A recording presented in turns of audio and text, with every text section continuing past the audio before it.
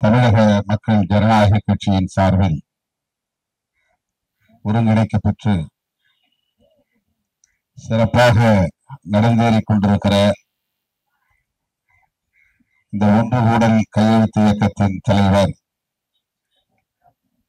தமிழக மக்கள் ஜனநாயக கட்சியின் தலைவர் அன்பு சகோதரர் KM ஷரீப் அவர்களே, மும்பையிலிருந்து சென்னை சென்னை விமான நிலையத்திலிருந்து நேராக இங்கே வந்து உங்கள் முன்னால் அமர்ந்து கொண்டேன்.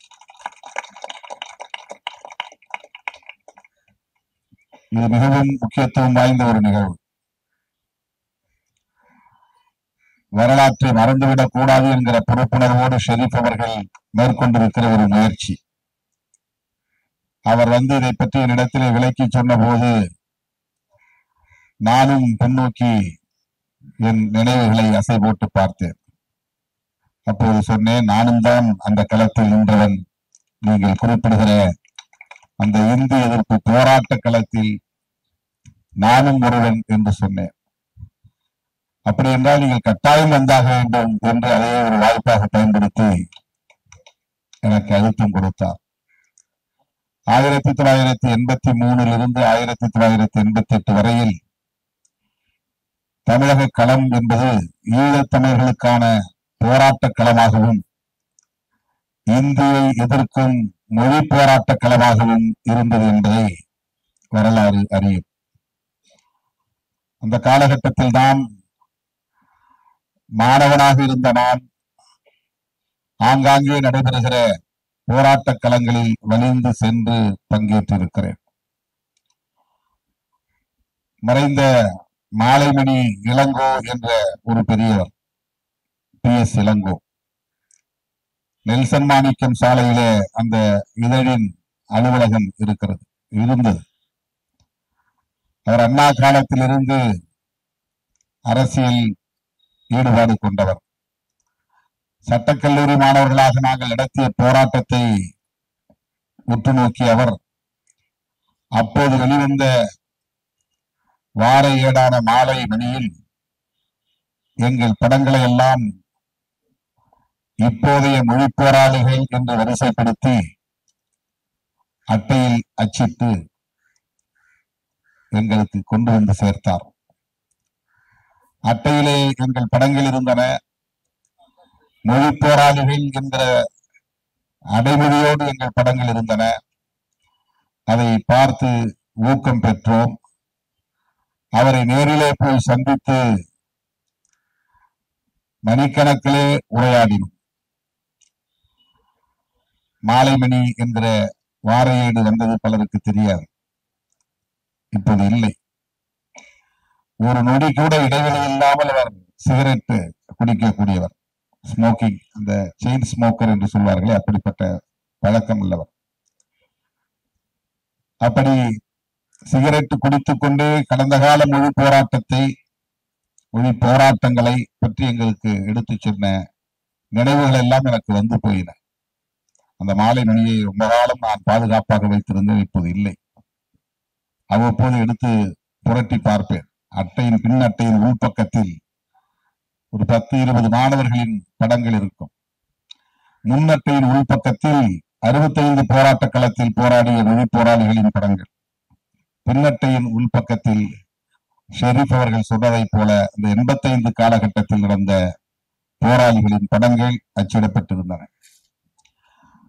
அண்ணன் கோவை ராமகிருஷ்ணன் அவர்கள் வந்ததும் சொன்னார், அந்த காலகட்டத்தில் ஆங்காங்கே தன்னியல்பாக போராட்டங்கள் வெடித்தன. அதை யாரும் ஒருங்கிணைக்கவில்லை. அதனால் யார் யார் எங்கெங்கே போராடினார்கள் என்று யாருக்கும் தெரியாது. ஒரு புறம் புதுக்கோட்டையில், இன்னொரு புறம் சென்னையில், இன்னொரு புறம் தஞ்சையில், இன்னொரு புறம் கோவையில் என்று மாணவர்களின் போராட்டங்கள் அப்போது நடந்தேறின. அவர் சொன்னதை போல எனக்கு ஷெரீப் அவர்கள் இப்படி இந்த போராளிகளோடு இணைந்து போராடினார் என்பது தெரியாது. அவர் சொல்லுகிற வரையில் நாங்கள் இங்கே போராடினோம் என்பது தெரியாது, அவருக்கு தெரியாது, நான் சொல்லுகிற வரையில்.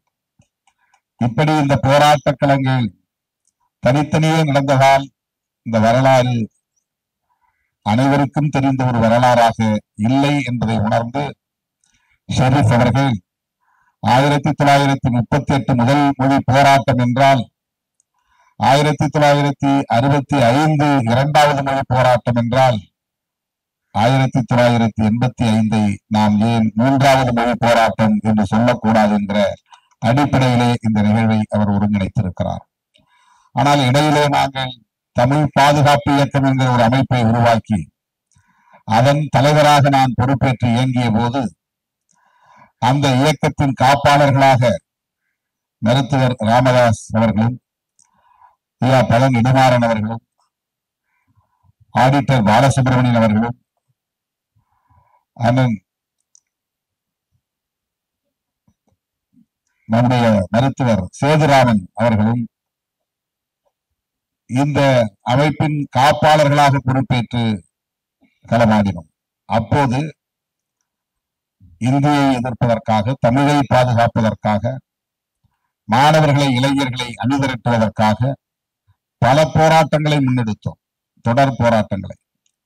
அதிலே ஒன்று, திருச்சியில் 4 திசைகளில் இருந்தும் ஊர்தி அணிவகுப்பு நடத்தி மாபெரும் 3வது மொழிப்போர் மாநாடு நடத்துவது என்று அறிவிப்பு செய்து அதை ஒருங்கிணைத்தோம். கோவையிலிருந்து ஒரு ஊர்தி பயணம், சென்னையிலிருந்து ஒரு ஊர்தி பயணம், புதுச்சேரியிலிருந்து ஒரு ஊர்தி பயணம், தென் மாவட்டங்களில் இருந்து ஒரு ஊர்தி பயணம். புதுச்சேரியிலிருந்து தொடங்கிய பயணம் திருச்சியில் முடிந்தது. அது என்னுடைய தலைமையிலே நடந்தது. அதுபோல 4 திசைகளில் இருந்தும் ஊர்தி பயணம் மேற்கொள்ளப்பட்டு திருச்சிராப்பள்ளியிலே 3வது மொழிப்போர் மாநாடு நடந்தேறியது. இதெல்லாம் இன்றைய தலைமுறைக்கு இந்த வரலாறு தெரிந்திருக்க வாய்ப்பில்லை. ஆகவே இந்த 85 நடந்த போராட்டம் பற்றிய புரிதல் நமக்கு இல்லை. அதனால் திருச்சியிலே நடந்த மாநாட்டை நாங்கள் 3வது மொழிப்போர் மாநாடு என்று அறிவித்தோம். அதை 3வது மொழிப்போர், சொல்ல போனால் அதை 4வது மொழிப்போர் என்று சொல்ல வேண்டும் இந்த நிகழ்வின்படி பார்த்தால். அப்போது எண்ணற்ற பல போராட்டங்கள் நடந்தேறின. அந்த போராட்டங்களை அன்றைக்கு முன்னின்று நடத்தியது திராவிட முன்னேற்ற கழகம் என்பதை யாரும் மறுக்க முடியாது. திராவிட முன்னேற்ற கழகத்தின் மாணவர் அணி.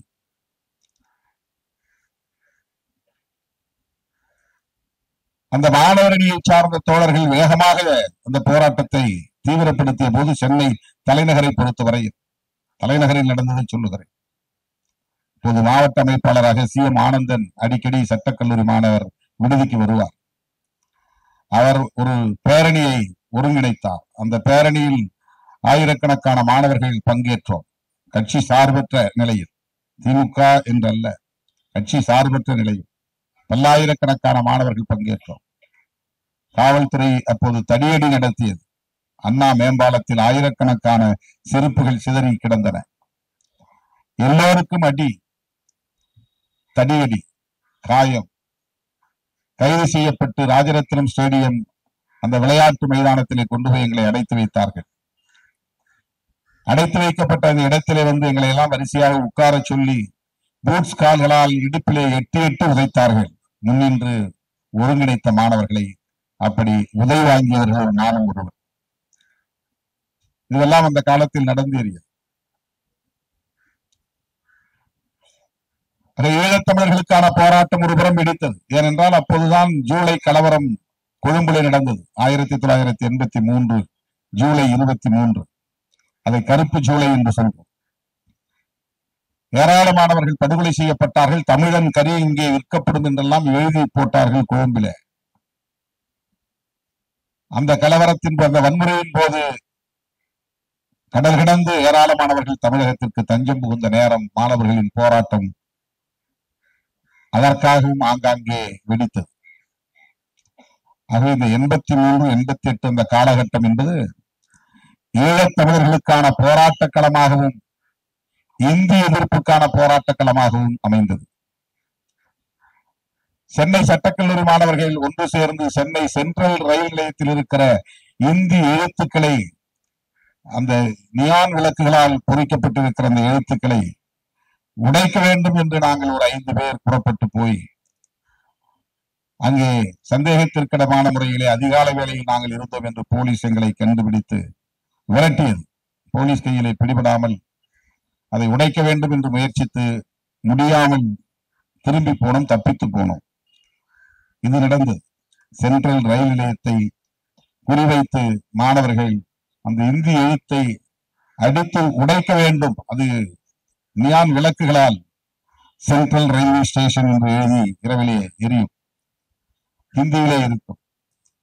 அதை உடைப்பதற்கான ஒரு போராட்டத்தை நாங்கள் முயற்சித்தோம், அது நடக்கவில்லை. அதனுடைய அடுத்த கட்ட பக்க விளைவாகத்தான் திராவிட முன்னேற்ற கழகம் அரசியல் சட்ட நகலை எரிக்கிற போராட்டத்தை ஒழுங்கு செய்தது. அதிலே மாணவர்கள் பெருவாரியாக பங்கேற்றோம். அந்த போராட்டத்தில் நான் கைதாகவில்லை. வள்ளுவர் கோட்டம் அருகே நடந்த போராட்டம், போய் அங்கே கலந்து கொண்டோம். முக்கியமானவர்கள் மட்டும் கையிலே வைத்ததை எரித்தார்கள். ஒரு சிலர் மட்டும் திட்டமிட்டு கைதாகி மற்றவர்களை அனுப்பி வைத்தார்கள். இதெல்லாம் நடந்தது. இந்த மொழி உணர்வை, இன உணர்வை, இந்தி ஆதிக்க எதிர்ப்பு உணர்வை இந்த மண்ணில் திராவிட இயக்கங்கள் தான் விதைத்தன, பெரியார் இயக்கங்கள் தான் விதைத்தன என்பதை நாம் நன்றி பெருக்கோடு எண்ணி பார்க்க வேண்டும். இது எப்படி தமிழ் தேசியத்திற்கு விரோதமாக இருக்க முடியும்? இப்படியெல்லாம் போராடாமல் எப்படி இந்த தமிழை காப்பாற்ற முடிந்தது? பெரியார் தொடங்கி வைத்த போராட்டம் அது. பெரியார் மட்டும்தான் செய்தாரா என்ற கேள்வி சில பேர் எழுப்புகிறார்கள். அப்படி பார்த்தால் நாம் ஈழ விடுதலைக்காக அண்ணன் பிரபாகரன் மட்டும் போராடவில்லை. ஆனால் பிரபாகரன் மட்டும்தான் நாம் உயர்த்தி பிடிக்கிறோம். அதுதான் வரலாறு. பிரபாகரன் அவர்களுக்கு முன்பே பல போராளிகள், அவருக்கே தலைமை தாங்கிய போராளிகள் உண்டு. ஆனால் அவர்களை எல்லாம் நாம் இங்கே நினைவு கூறுவதில்லை. அதே விடுதலை புலிகள் இயக்கத்திலே கூட அண்ணன் பிரபாகரனை போல பல தளபதிகள் வழிநடத்தி இருக்கிறார்கள், அந்த போராட்டங்களை முன்னெடுத்து இருக்கிறார்கள். ஆனால் நாம் அண்ணன் பிரபாகரன் அவர்களை மட்டும்தான் பேசுகிறோம். அதுபோலத்தான் மொழி காப்பு போராட்டம், இந்தி எதிர்ப்பு போராட்டம் எதுவாக இருந்தாலும் அந்த போராட்ட களத்தில் பலர் பங்கேற்று இருந்தாலும் ஆளுமை மிக்க தலைமை என்று வருகிற போது தந்தை பெரியாரைத்தான் நாம் ஒரு அடையாளமாக முன்னிறுத்துகிறோம். பெரியார் 3ஆம் வகுப்பு கூட படிக்காதவர். பேரறிஞர் அண்ணா MA வரையில் படித்தவர், பல்கலைக்கழகத்தில் படித்தவர். ஆனால் அவர் சொன்னார், எனக்கு தலைவர் தந்தை பெரியார் என்று சொன்னார். இது வெறும் தமிழருக்கு எதிரான சிந்தனையிலிருந்து சொல்லப்பட்டதல்ல. தமிழுக்காக, தமிழ் தேசியத்திற்காக பெரியார் ஆற்றிய பங்களிப்பை பேரறிஞர் அண்ணா அங்கீகரித்தார் என்பதை நாம் முதலில் புரிந்து கொள்ள வேண்டும். அண்ணா என்ற ஒரு ஆளுமை உருவாகாமல் இருந்திருந்தால் பெரியாரின் தியாகம் முற்றாக மறைக்கப்பட்டிருக்கும். அண்ணா என்கிற ஒரு ஆளுமை திமுக என்கிற ஒரு இயக்கத்தை உருவாக்காமல் இருந்திருந்தால் பெரியார் அரசியல் இங்கே நீர்த்து போயிருக்கும், பேசுவதற்கு ஆள் இருந்திருக்காது. திமுக என்கிற ஒரு இயக்கம் ஆட்சி பொறுப்பில் அமராமல் இருந்திருந்தால் இந்த உணர்வுகள் எப்போதே மாய்ந்து போயிருக்கும். நாம் எல்லாம் இந்தி பேசக்கூடியவர்களாக மாறியிருப்போம். வடவர்களை தூக்கி தோளில் வைத்து கொண்டாடக்கூடியவர்களாக மாறியிருப்போம். இதில் எத்தனையோ பல தமிழ் அறிஞர்களின் பங்களிப்பு இருக்கிறது. அண்ணாவுக்கும் பெரியாருக்கும் இந்த உணர்வு வருவதற்கு அதற்கு முன்னால் பாராட்டிய தமிழ் அறிஞர்களின் பங்களிப்பு மகத்தானது. தேவநேய பாவாணரின் பங்களிப்பு மகத்தானது. பெருமித்திரனாரின் பங்களிப்பு மகத்தானது.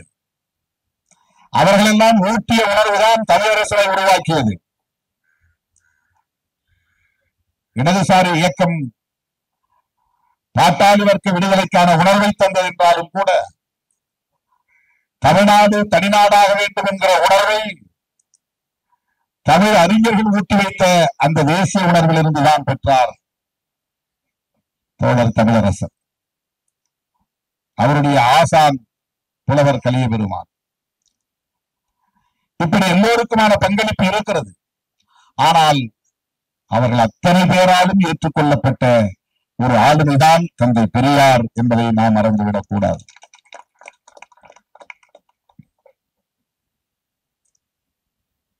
இன்றைக்கு நாம் ஏன் இந்த கருத்துக்களை எல்லாம் பேச வேண்டி இருக்கிறது? எது தமிழ் தேசியம்? வெறும் மொழி உணர்வு அல்ல, இன உணர்வு அல்ல. இங்கே வேல்முருகன் அவர்கள் பொங்கினார், ஆவேசப்பட்டார். அவருக்கு இந்த ஆவேச உணர்வை தந்ததும் திராவிட இயக்கம் தான் என்பதை நாம் மறந்துவிடக் கூடாது. இந்த பார்வையை தந்தது பெரியார் இயக்கம் தான் என்பதை மறந்துவிடக் கூடாது. திமுகவையும் கேள்வி கேட்கிற துணிச்சலை தந்தது பெரியார் இயக்கம் தான், பெரியார் அரசியல் தான் என்பதை மறந்துவிடக் கூடாது. அதுதான் அடிப்படையானது. நமக்குள் நாம் சுய விமர்சனம் செய்து கொள்வது ஒன்றும் தவறில்லை. திராவிட முன்னேற்ற கழகத்தின் தலைமையிலான அரசு இதையெல்லாம் கவனிக்க வேண்டும். தமிழர்களுக்கான இறையாண்மையை பாதுகாக்க வேண்டும். வட இந்தியர்களின் ஆக்கிரமிப்பு அதிகரித்துக் கொண்டிருக்கிறது. எல்லா தளங்களிலும் அவர்களின் கொட்டம் தலைவிரித்தாடுகிறது.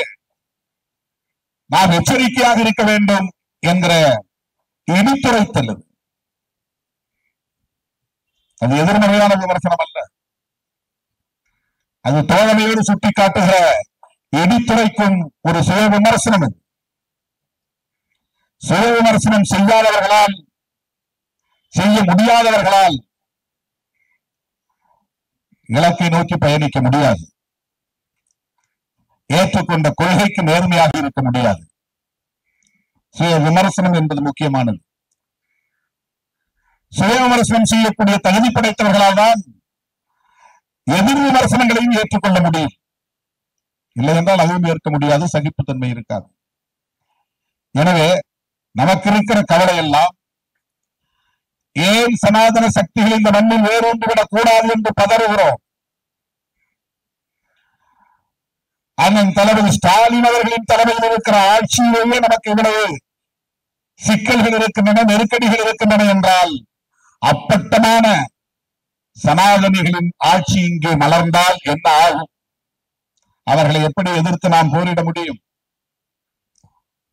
எப்படி அவற்றை எல்லாம் தடுக்க முடியும்?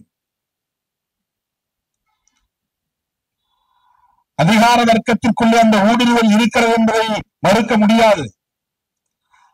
அந்த சனாதன உணர்வுள்ளவர்களின் ஆதரவாளர்கள் இங்கே பெருவாரியாக மாறி வருகிறார்கள் என்பதை மறுக்க முடியாது. அதற்காகத்தான் RN ரவி போன்றவர்களை கொண்டு வந்து இங்கே நியமனம் செய்திருக்கிறார்கள், அமர்த்தி இருக்கிறார்கள். வெறும் அலங்கார பதவி என்கிற அடிப்படையிலே வயதான காலத்தில் கொஞ்ச நாள் நீங்கள் அதிகாரத்தை நுகர்ந்து சுவைத்து மகிழ்ந்திருங்கள் என்றெல்லாம் RN ரவியை கொண்டு வந்து இங்கே அமர வைக்கவில்லை. RN ரவி அப்படிப்பட்ட ஆள் அல்ல. வெறும் அதிகார நுகர்வுக்காக பொறுப்பில் இருக்கிற ஆள் அல்ல. வயதான காலத்திலே, மூத்த வயதிலே பவர் என்ஜாய் பண்ணுவோம் என்கிற அடிப்படையில் வந்த ஆள் கிடையாது. கடைசி மூச்சு வரையில் கொள்கையை நிலைநாட்டுவதிலே வெறி கொண்ட நபர்களில் அவரும் ஒருவர். அந்த வேட்கை அவரிடத்திலே உண்டு. அப்படிப்பட்ட பாசறையிலே வளர்ந்தவர். இந்தியாவிலே, தமிழ்நாட்டில் மட்டும்தான் அவர்களின் ஜம்பம் தளிக்கவில்லை. அதனால்தான் நாம் இதை பெரியார் மண் என்கிறோம். அதை சொல்லக்கூடாது என்று சொல்லுகிறார்கள் என்றால் சனாதனிகளுக்கு இவர்கள் துணை போகிறார்கள் என்றுதானே பொருள். அதைத்தானே சனாதனிகள் சொல்லுகிறார்கள். பெரியாரை பேசாதே, பெரியார் என்கிற அடையாளத்தை அடித்து நொறுக்கினால் திராவிட இயக்கங்களை கலகலக்க செய்ய முடியும். இதை எதிர்த்து நாம் பேசுகிற போது திராவிட இயக்கங்களுக்கு அல்லது திமுகவுக்கு ஆதரவாக பேசுகிறோம் என்று புரிந்து கொண்டு ஏதோ திராவிட முன்னேற்ற கழகத்திற்கு திருமாவளவன் முட்டுக் கொடுக்கிறான் 2 சீட்டுக்காக என்று சில அற்பர்கள், அரசியல் புரியாத அற்பர்கள் விமர்சிக்கிறார்கள். அதனால்தான் அண்மையிலே சொன்னேன், எனக்கு தேர்தல் அரசியலில் முடிவெடுக்க எல்லா வாய்ப்புகளையும் திறந்து வைக்க முடியும். தேர்தல் அரசியல் தானே, தேர்தல் அரசியல் தானே, எல்லா வாய்ப்புகளையும் திறந்து வைக்க முடியும். நானே இந்த கதவை சாத்துகிறேன், இந்த கதவை சாத்துகிறேன், இது வேண்டாம் என்கிறேன், இவர்களோடு சேரமாட்டேன் என்கிறேன் என்றால் நான் ஒன்றும் முட்டாள் இல்லை. எனக்கு அந்த தேர்தல் அரசியலில் தற்காலிகமாக கிடைக்கிற பயன் தேவையில்லை. ஆனால் புரட்சியாளர் அம்பேத்கர், தந்தை பெரியார், மாமேதை மார்க்ஸ் போன்ற அந்த மாமனிதர்களின் கொள்கைகளுக்கு இங்கு ஆபத்து நேர்ந்து விடக்கூடாது, பாதிப்பு நேர்ந்து விடக்கூடாது, சீர்குலைந்து விடக்கூடாது, அந்த சீரழிவு சக்திகள் இங்கே வலுப்பெற்று விடக்கூடாது. அதனால் தற்காலிகமாக ஏற்படுகிற பின்னடைவை நாங்கள் சகித்துக் கொள்கிறோம், இழப்புகளை நாங்கள் பொறுத்துக் கொள்கிறோம். அது எங்களுக்கு ஒரு பொருட்டல்ல. இந்த பெருந்தன்மையை புரிந்து கொள்வதற்கு இங்கே அல்லது பாராட்டுவதற்கு இங்கே யாரும் இல்லை.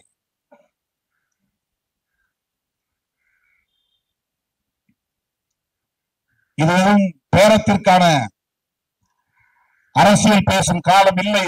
மிகவும் ஆபத்தான காலத்தில் நாம் இருக்கிறோம். வக்ஃப் திருத்த சட்டத்தை பற்றி இங்கே பேசினார்கள்.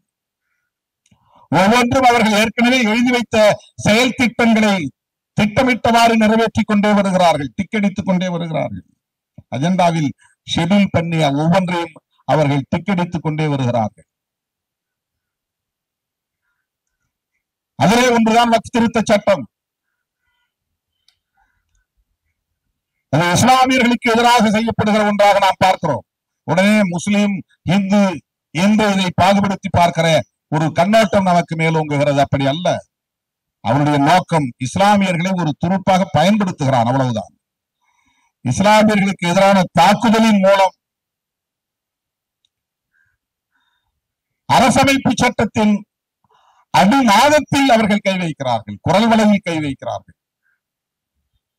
அதை தகர்க்க வேண்டும் என்பதுதான். அந்த ஆபத்து தான் இங்கே நம் முன்னால் இருக்கிறது. அதை புரிந்து கொள்ள வேண்டிய தேவை இருக்கிறது. அவனுடைய பார்வையில் அவன் ஒரு நேஷன் பில்டிங், ஒரு தேசிய கட்டுமானத்தில் களமிறங்கி தீவிரமாக பணியாற்றுகிறான். இது ஒரு தேசம் இல்லை. இந்த தேசத்தை கட்டுமானம் செய்ய வேண்டும். அதற்கான ஒரு சட்டம் தான் அரசமைப்பு சட்டம். அந்த அரசமைப்பு சட்டத்தின்படி தேசத்தை கட்டமைத்தால் இந்த தேசத்தின் எதிர்காலத்தில் சனாதனம் இருக்காது, சாதி இருக்காது, சகோதரத்துவம் தழைத்தோங்கும், சமத்துவம் நிலைபெறும். அந்த அரசமைப்பு சட்டத்தின்படி தேசியத்தை கட்டமைத்தார். அப்படி என்றால் ஏற்கனவே இருக்கிற சமூக ஒழுங்கு, அந்த ஹைரார்கியல் செட்டப், உயர்வு தாழ்வு என்கிற அந்த கட்டமைப்பு, பிராமணன் உயர்ந்தவன் என்கிற அந்த வர்ணாசிரம தர்ம கட்டமைப்பு, பிராமணனை தவிர மற்ற அத்தனை பேரும் தாழ்ந்தவன் என்கிற அந்த கருத்தியல் கட்டமைப்பு தகர்ந்து போகிறது. எதனால்? அரசமைப்பு சட்டத்தால். சோசியல் ஆர்டர் என்பது டிசார்டராக மாறுகிறது. அதை தடுக்க வேண்டும். அதுதான் அவருடைய நோக்கம். அதற்கு மதத்தின் பெயரால் இங்கே பெரும்பான்மை சமூகத்தை அணிதிரட்ட வேண்டும். இந்துக்களை சாதியை சொல்லி அணிதிரட்ட முடியாது, மதத்தை சொல்லித்தான் அணிதிரட்ட முடியும். சாதியை சொல்லி மத உணர்வை ஊட்ட முடியும். நீ இந்த சாதிதான், அதை பெருமையா பேசு என்று சொன்னால் வேறு வழி இல்லாமல் நீ உன்னை அறியாமலேயே இந்து என்று ஒத்துக்கொள்கிறாய். இதைத்தான் பெரியார் சொன்னார். சாதி வேண்டாம், சாதியை ஒத்துக்கிட்டேன்னா நீ இந்துன்னு ஒத்துக்கிறதுன்னு அர்த்தம். நீ இந்து என்று ஒத்துக்கொண்டால் நீ பிராமணனை உயர்ந்தவன் என்று ஏற்றுக்கொள்வதாக பொருள். அது மட்டுமல்ல, பிராமணனுக்கு கீழானவன் என்பதை ஏற்றுக்கொள்வதாக பொருள். எனவே சாதி வேண்டாம், சாதி பெருமிதம் வேண்டாம் என்று சொன்னவர் தந்தை பெரியார். இந்த அடிப்படையை புரிந்து கொள்ளாதவன் சாதி பெருமிதம் பேசுகிறான். சாதி பெருமிதம் பேசுகிறவன் தன்னை அறியாமலேயே அவன் இந்து என்று ஒத்துக்கொண்டு பிராமணனுக்கு அடிமை என்று எழுதி கொடுக்கிறான். இந்த வர்ணாசிரம தர்மத்திற்கு அடிமை என்பதை ஏற்றுக்கொள்கிறான். இதுதான் அவனுக்கு சாதகம். இதை வைத்துத்தான் சாதி பெருமை பேசக்கூடிய அத்தனை பேரையும் அவன் போய் பார்த்து காலில் தண்ணீர் ஊற்றி கழுவி அவர்களுக்கு சேவை செய்கிறான். இதெல்லாம் எதற்காக செய்கிறான்? இந்தியாவுடைய உள்துறை அமைச்சராக 10 ஆண்டு காலத்திற்கு மேலாக இருக்கக்கூடிய, மிக உயர்ந்த பொறுப்பிலே அதிகாரம் வகிக்கக்கூடிய, கோலோச்சக்கூடிய அமித்ஷா சாதாரணமான ஒரு சிறிய சமூகத்தின் இல்லத்திற்குள்ளே நுழைந்து அந்த வீட்டு பிள்ளையின் காலடியை தொட்டு அவன் தண்ணீர் விட்டு கழுவி சுத்தம் செய்கிறான், சேவை செய்கிறான் என்று சொன்னால் அதனுடைய நோக்கம் என்ன? அதெல்லாம் மக்கள் சேவை என்று பொருளா? சமத்துவம் என்று பொருளா? அதை செய்யக்கூடியவர்கள் சமத்துவமே எங்கள் கோட்பாடு என்று சொல்லட்டுமே, சகோதரத்துவமே எங்கள் கோட்பாடு என்று சொல்லட்டுமே, சாதியை ஒழிப்போம் என்று சொல்லட்டுமே. சொல்ல முடியாது. அதுவெல்லாம் அவர்கள் ஒவ்வொரு சாதியையும் அங்கீகரித்து மைக்ரோஸ்கோபிக் மைனாரிட்டி, அவன் தனித்தனியா 4 பேரா இருந்தாலும் உன் சாதி பெருமையை நீ பேசு, 40 பேரா இருந்தாலும் உன் சாதி அடையாளத்தை இழந்து விடாதே. இந்த சாதி உணர்வை தினந்தோறும் ஊட்டிக்கொண்டே இருந்தால் மத உணர்வு உருவாகும். கிறிஸ்தவனுக்கு பைபிளை சொன்னால் மத உணர்வு வந்துவிடும், முஸ்லீமுக்கு குரானை சொன்னால் மத உணர்வு வந்துவிடும். ஆனால் இந்துக்கு அப்படி எந்த ஒரு பொது வேதமும் இல்லை, சொல்ல முடியாது. பொது தலைவன் இல்லை, பொதுவான ஒரு வரலாறு இல்லை. ஆகவே ஒவ்வொரு சாதியையும் தனித்தனியே ஊக்கப்படுத்தினால் இந்து என்கிற உணர்வு மேலோங்கும். இந்து பெரும்பான்மை வாதம் இங்கே நிலை பெற்றுவிடும். இந்து பெரும்பான்மை வாதம் நிலை பெற்றுவிட்டால் அவனே தொடர்ந்து ஆட்சியில் இருப்பான். அவருடைய ஆட்சியை தொடர்ந்து தக்க வைத்துக் கொள்ள முடியும் என்கிற நிலை வந்தால் அவருடைய அல்டிமேட் எய்ம் இந்து ராஷ்டிரா என்கிற அந்த இறுதி இலக்கை அறிவிப்பார். இந்த நேஷன் பில்டிங்ல உங்களுக்கு மொழி உணர்வு கூடாது, அதுதான் அவருடைய நோக்கம். ஆனால் கொஞ்ச காலம் உன்னை விட்டு பிடிப்பான். நீ தமிழனா தமிழ் என்று சொல்லிக்கொண்டு, உன் மொழி பெருமையா, உன் மொழி பெருமை நானும் பேசுகிறேன். கனிவன் பூங்குன்றன் சொன்னதை யாதும் ஊரே யாவரும் கேள்வி நான் சொல்லுகிறேன். திருவள்ளுவருக்கு விழாவா கொண்டாடுகிறேன், சிலையை திறக்க வேண்டுமா திறக்கிறேன், மாலை போட வேண்டுமா போடுகிறேன். உன் உணர்வை நான் மதிக்கிறேன். எதற்காக என்றால் அது ஒரு டெம்பரரி அட்ஜஸ்ட்மெண்ட், ஒரு இடைக்கால ஏற்பாடு. உன் உணர்வை நான் மதிக்கிறேன் என்பதன் மூலம் உன்னை உள்வாங்கிக் கொண்டு பிறகு பிராந்திய உணர்வுகளை அழிப்பதுதான் நேஷன் பில்டிங் என்பதிலே, அந்த செயல் திட்டத்திலே முக்கியமான ஒன்று.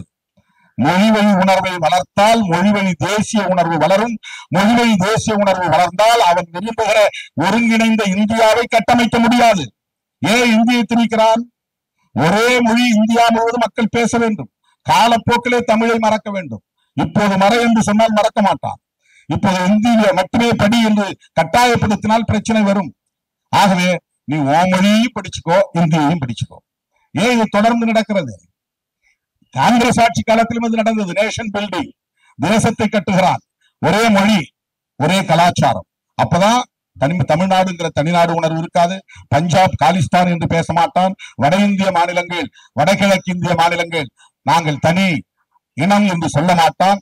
இவர்கள் அனைவருக்கும் இந்தியன் என்கிற உணர்வை ஊட்ட வேண்டும் என்று காந்தி நினைத்தார். அது காங்கிரசின் தேசியவாதம். இந்து என்ற உணர்வை ஊட்டினால் போதும். இது பிஜேபியின் தேசியவாதம்.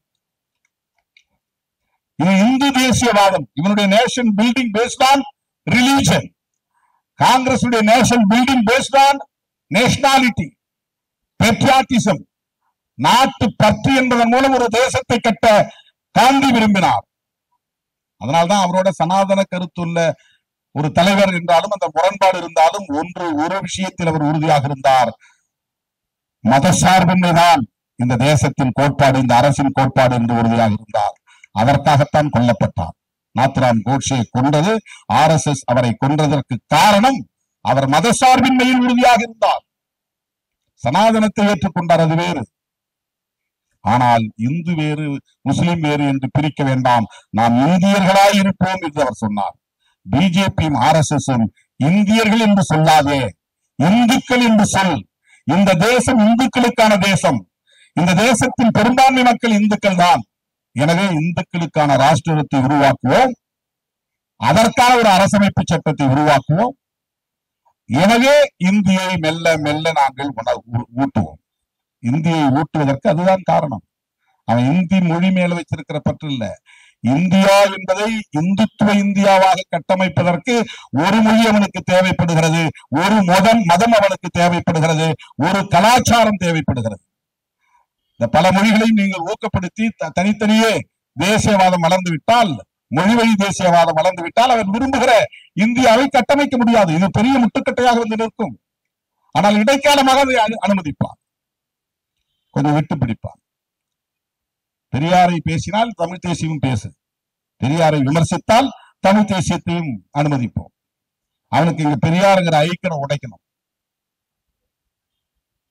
அதனால்தான் நான் சொன்னேன், திமுகவை அழித்து விட்டால் திராவிடத்தையே அழித்து விடலாம் என்று சில பேர் கனவு காணுகிறார்கள். அதை ஒருபோதும் விடுதலை சிறுத்தைகள் அனுமதிக்காது என்று சொன்னேன். அதற்கு பொருள் திமுகவை அழிக்க விட மாட்டோம் என்று பொருள் அல்ல. திமுகவை தற்காத்துக் கொள்வதற்கு திமுகவுக்கு தெரியும், திராவிடம் என்கிற அரசியல் ஆரியத்திற்கு எதிரானது, சனாதனத்திற்கு எதிரானது, சமூக நீதிக்கானது.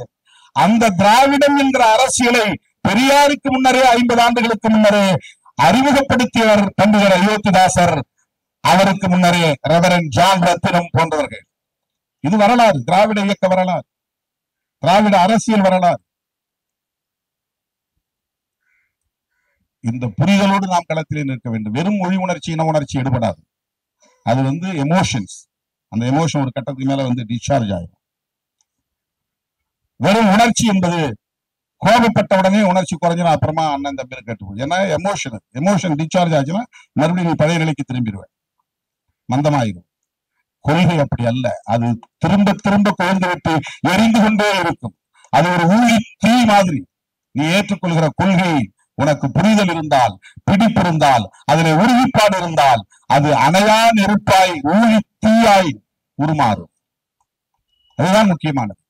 ஆகவே ஆரியம் என்கிற சனாதனத்தை, வர்ணாசிரம தர்மத்தை எதிர்ப்பதுதான் இந்திய எதிர்ப்பு போராட்டம். இந்திய எதிர்ப்பு போராட்டம் வெறும் தமிழ் பாதுகாப்பு போராட்டம் இல்லை. இந்திய எதிர்ப்பு போராட்டம் என்பதும் சனாதன எதிர்ப்பின் இன்னொரு வடிவம், ஆரிய எதிர்ப்பின் இன்னொரு வடிவம். ஒற்றை மொழி என்கிற மேலாதிக்கத்தை, மோனோபோலைசேஷன் என்கிற அந்த ஏகாதிபத்தியத்தை எதிர்க்கிற ஒரு போராட்டம். அவர்கள் வசிக்கக்கூடிய மாநிலங்களில் 3 மொழி கொள்கை கிடையாது. அவன் ஒரே மொழியில் தான் பேசுறான், ஒரே மொழி தான் படிக்கிறான். ஆங்கிலம் கூட படிக்க தெரியாது. ஒரு மந்திரிக்கு கூட நம்ம ஆங்கிலத்துல பேசுறோம்னா நாம பேசுற ஸ்போக்கன் இங்கிலீஷே அவனுக்கு புரியல. நாம பேசுற ஸ்போக்கன் இங்கிலீஷே அவனுக்கு புரிய மாட்டேங்குது. இங்கிலீஷ் எந்த மந்திரியும் இங்கிலீஷ்ல பதில் சொல்றதே கிடையாது. நம்ம போய் அதிக அமைச்சர்களை தனியா பார்த்து பேசும்போது அவங்க இந்தியில தான் பேசுறாங்க. கூட இருக்கிற செக்ரட்டரிஸ் தான் எங்களுக்கு இங்கிலீஷ்ல மாற்றி சொல்றாங்க. ஏன்னா வட இந்திய மாநிலங்களில், குறிப்பா இந்தியை தாய்மொழியாக கொண்ட மாநிலங்களில், அதுல இன்னொரு முக்கியமான தெரிஞ்சுக்கணும், இந்திங்கிறது ரொம்ப கம்மியான மக்களால் பேசப்பட்ட மொழி. ஆனா வெவ்வேறு மொழிகள் பேசக்கூடிய அந்த பூர்வீக குடிகளின் மீது இந்தியை திணித்து அவர்களின் தாய்மொழியை அவர்கள் மறந்து விட்டார்கள். போஜ்புரின்னு ஒரு மொழி, மைதிலின்னு ஒரு மொழி, கடுவாலின்னு ஒரு மொழி, உத்தரகாண்ட்ல கடுவாலி அந்த மொழியினுடைய பெயர். அதெல்லாம் இப்ப யாரும் மக்கள் வெறும் பேச்சு வழக்கா இருக்குது, அது யாரும் படிக்கிறதே இல்லை. இப்போ அந்த மொழியெல்லாம் அழிந்துதான் இந்தி பேசக்கூடிய மக்களின் எண்ணிக்கை பெருகிவிட்டது என்று சொல்லுகிறார்கள். இப்ப மத்திய பிரதேச மகாராஷ்டிராவில இந்தி திணிப்பை எதிர்த்து போராடக்கூடிய உணர்வு இப்போ தமிழ்நாட்டை பார்த்து எங்களுக்கு அந்த உணர்வு வந்துவிட்டது என்று சொல்லக்கூடிய நிலை உருவாகி இருக்கிறது. ராஜஸ்தானுடைய சட்டமன்றத்துல இந்தியை எதிர்த்து பல சட்டமன்ற உறுப்பினர்கள் பேசியிருக்கிறார்கள். இந்தி திணிப்பை எதிர்த்து பேசியிருக்கிறார்கள். தோழர்களே, இது மொழி அடிப்படையிலான போராட்டம் அல்ல. இது ஒரு இனத்தின் கலாச்சாரத்திற்கு இடையிலே நடக்கிற, ஆரிய கலாச்சாரத்திற்கும் இந்த மண்ணின் பூர்வீக குடிகளின் கலாச்சாரத்திற்கும் இடையில் நடக்கிற ஒரு யுத்தம் இது. ஆகவே இந்த புரிதலோடு அன்னை தமிழை பாதுகாக்க நாம் அணிதிரளுவோம். 1985 உங்களை போல் இந்த இந்திய எதிர்ப்பு போராட்ட களத்தில் பங்கேற்றவன் என்கிற முறையில் அந்த உரிமை உணர்வோடு உங்கள் அனைவரையும் நான் பாராட்டுகிறேன், வாழ்த்துகிறேன். இந்த போராட்டம் இன்னும் தொடரும், தலைமுறையாக தொடரும். இந்த நெருப்பை அடைகாக்க வேண்டிய பொறுப்பு நமக்கு இருக்கிறது, அடுத்த தலைமுறையிடம் ஒப்படைக்க வேண்டிய பொறுப்பு இருக்கிறது என்பதை சுட்டிக்காட்டி வாய்ப்புக்கு நன்றி கூறி முடிக்கிறேன். நன்றி, வணக்கம்.